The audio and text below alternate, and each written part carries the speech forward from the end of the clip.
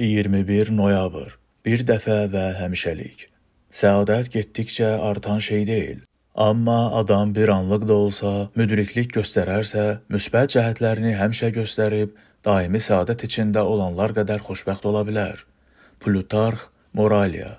Bəlkə də müdriklik və xoşbəxtliyi Olimpiya oyunlarında medal qazanmağa bənzətmək olar. 100 il ya da 10 dəqiqə qabaq bir və ya bir neçə dəfə qazanmağın nə fərqi var? Kimsə rekordunuzu təzələyəcək, bir daha yarışa bilməyəcəksiniz. Bunların heç bir əhəmiyyəti yoxdur. Siz medal qazanmış bir idmançısınız. Bunun necə bir hiss olduğunu bilirsiniz. Heç kim sizi bundan məhrum edə bilməz. Həmin hissdən daha artığını yaşamaq isə demək olar ki, mümkün deyil. Həm xroniki mieloid leykozdan, həm də ağır depressiyadan əziyyət çəkən aktyor Evan Handler qısa müddət ərzində antidepressant qəbul etmiş, sağaldıqdan sonra həmin dövr haqda bu sözləri demişdi. Həmin dərmanları gerçək və adi xoşbəxtliyin necə bir şey olduğunu xatırlamaq üçün qəbul edirdim.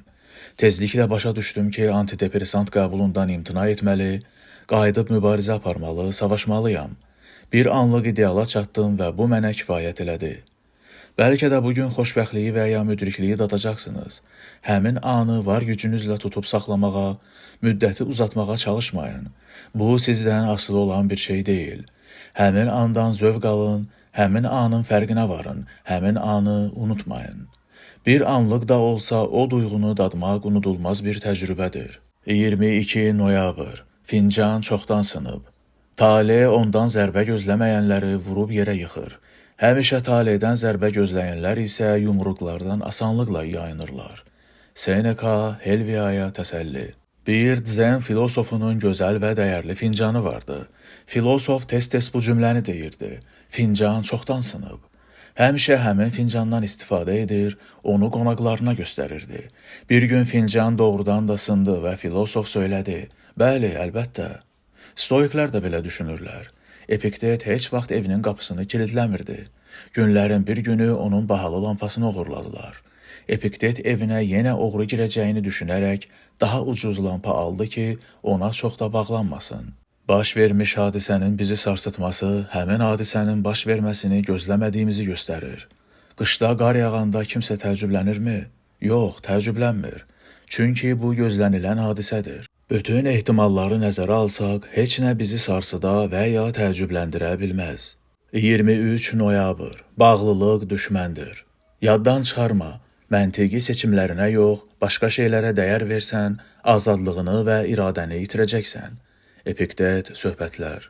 Keşiş Anthony de Melo'nun fikrincə, bədbəxtliyə səbəb olan bircə şey var.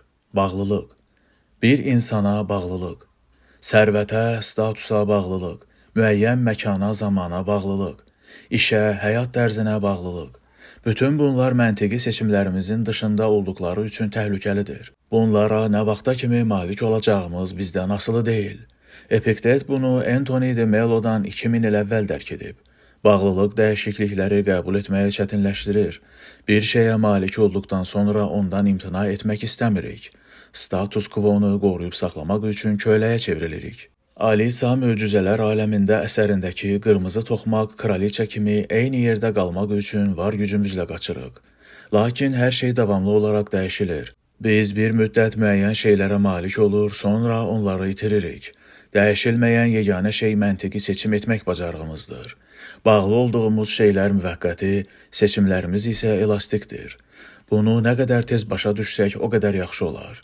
Baş verənləri qəbul edib onlara asanlıqla uyğunlaşa bilərik. 24 noyabr. Sizə aid olmayan şeylərdən əl çəkin. Bir şeyi itirməkdən qorxursan, bu sənə əzab verir. Həmin şeyə şüşəyə yanaşdığın kimi yanaş. Şüşə hər an əlindən düşüb sına bilər. Öz övladını, qardaşını, dostunu öpəndə, məşhur sərkərdələrin arxasınca gələn və onlara fani olduqlarını xatırladan əskərləri xatırla. Heç kim sənin şəxsi malın deyil. Hamı zamana məxsusdur və fanidir. Epiktet söhbətlər. Romada xalq müzəffər sərkərdəni təntənə ilə qarşılayırdı. Müzəffər sərkərdənin arxasınca gələn və ona pıçıltı ilə fani olduğunu unutma deyən yavəri çox az adam görürdü. Şöhrətin və zəfərin zirvəsində bu necə bir xatırlamadır. Müasir dövrdə insanın onun qulağına fani olduğunu pıçıldayan bir yavər tapması çətin məsələdir. Ona görə də bunu özümüz öz qulağımıza pıçıldamalıyıq. Bir şeyə ya da bir insana dəyər verəndə onun kövrək və ya fani olduğunu, əslində bizə aid olmadığını xatırlamalıyıq. İtirmək qorxusu insanın ən böyük qorxularından biridir. Cəhalət və riya vəziyyəti düzəldə bilməz. Əksinə, nəyisə ya da kimisə itirdiyimiz zaman daha çox sarsılmağımıza səbəb olar. 25 noyabr. Gülməlidir, elə deyil? Xəstələnib döşəyə düşmək cahcəlal içində yaşamaqdan yaxşıdır. Çünki xəstəlik yalnız vücuda zərər verir. Cahcəlal isə həm vücudu, həm də ruhu məhv edir. Vücud zəifləyir, gücdən düşür. Ruh isə intizamsız və qorxaq olur. Həmçinin cahcəlal acgözlüyü bəslədiyi üçün ədalətsizliyin tüğyan etməsinə şərait yaradır. Muzonirov, mühazirələr. Qəfildən sərvətlənmək əslində neymət yox, lənətdir. Lotereyada udan insanların əksəriyyəti bir neçə ildən sonra əvvəlkindən daha kasıb olur. Dostlarını itirir, boşanır. Başlarına qonan dövlət quşu onların həyatını kabusa çevirir. Metallica qrupunun No Leaf Clover mahnısının sözləri belədir. Sən demə, tunelin axırındakı sakitləşdirici işıq sürətlə üstünə gələn yük qatarı imiş. Xərçəng kimi ağır, qorxunc xəstəliyi yenmiş insanların ən çox dediyi söz nədir bilirsinizmi? Bu, başıma gələn ən gözəl şey idi. Gülməlidir, elə deyilmi? 26 noyabr. Fərqliliyin olmadığı qurbancah. Qurbancahda buxur parçaları çoxdur. Onların bəziləri gec, bəziləri tez yandırılır. Bunun heç bir fərqi yoxdur. Mark Avreli, düşüncələr. Sizinlə dünyanın ən varlı adamı arasındakı fərq nədir? Pulu pulunuzdan biraz çoxdur. Sizinlə dünyanın ən yaşlı adamı arasındakı fərq nədir? Dünyada sizdən biraz çox vaxt keçirib. Bunu dünyanın ən hündür, ən ağıllı və ya ən sürətli insanına da şamil etmək olar. Özümüzü başqaları ilə müqayisə etmək, mövcud vəziyyəti qəbul etməyimizi çətinləşdirir. Çünki həmin insanların malik olduğu şeylərə malik olmaq istəyirik. Əlimizdə olanlarla kifayətlənmək əvəzinə düşünürük ki, hər şey başqa cür ola bilərdi. Amma bu heç nəyi dəyişmir. Bəziləri Mark Avrelinin yuxarıdakı sözlərinin bədbin, bəziləri isə nikbin olduğunu düşünürlər. Doğrusu, bu sadəcə bir həqiqətdir. Hamımız buradayıq və əvvəl-axır dünyadan köçəcəyik. Buna görə də zehnimizi xırdapara məsələlərlə bulandırmağa ehtiyac yoxdur. Onsuz da işimiz az deyil.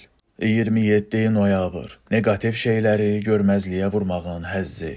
Cansıxıcı və ya namünasib təsəvvürləri özündən uzaqlaşdıraraq rahatlaşmaq necə də xoşdur. Mark Avreli, düşüncələr.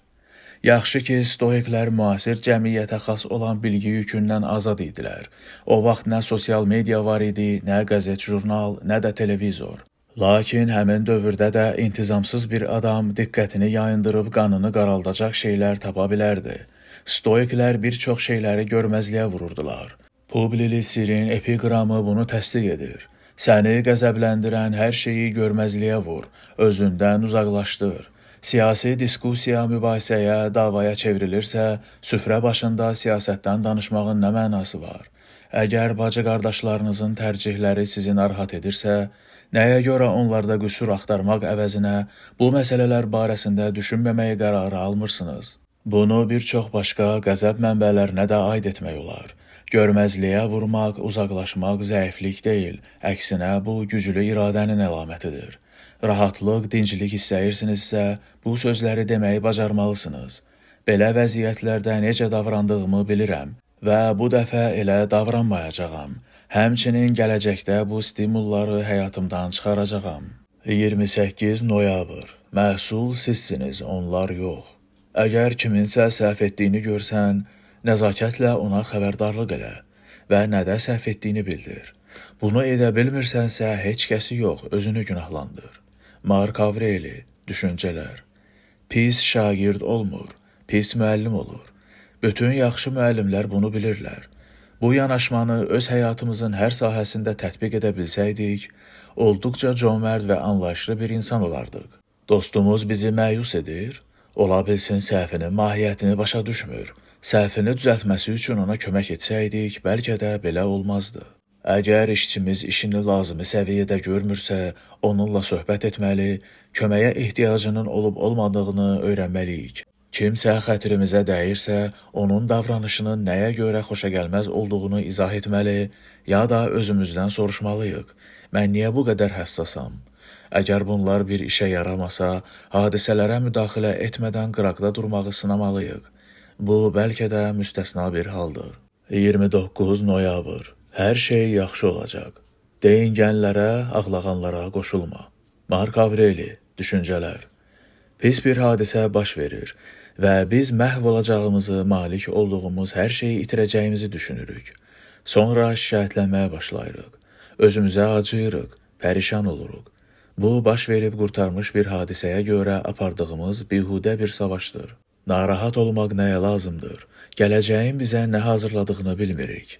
Tini burulanda başımıza nə gələcəyini də bilmirik. Ola bilsin, daha böyük bir problemlə qarşılaşacağıq. Bilmək olmaz, bəlkə də bu şəfəqdən əvvəlki qaranlıqdır. Əgər stoiksənsə, bir şeyə əmin ola bilərsən, gec-tez hər şey yaxşı olacaq. 30 noyabr. Logosu izlə. Hər məsələdə məntiqinə arxalanan adam heç vaxt tələsmir. Nəşəli və müvazinətli olur. Mark Avreli, düşüncələr. Dünyanın qərar mexanizmi bəzən bizə istədiyimizi verir. Stoiklər bunu logos adlandırırlar. Bəzən də bizi istəmədiyimiz şeylərlə qarşılaşdırır. İstənilən halda stoiklər hesab edirlər ki, logos kainatı idarə edən qüvvədir. Logosu anlamaq üçün bu analogiya faydalı ola bilər. Biz hərəkət edən arabaya bağlanmış itə bənzəyirik. Araba hara gedirsə, biz də ora gedirik. Ətrafı kəşf etməyimiz, sürəti müəyyən etməyimiz boynumuza salınmış kəndirin uzunluğundan asılıdır. Hansını seçirsiniz? Öz xoşunuzla getməyi ya əzabla sürünməyi?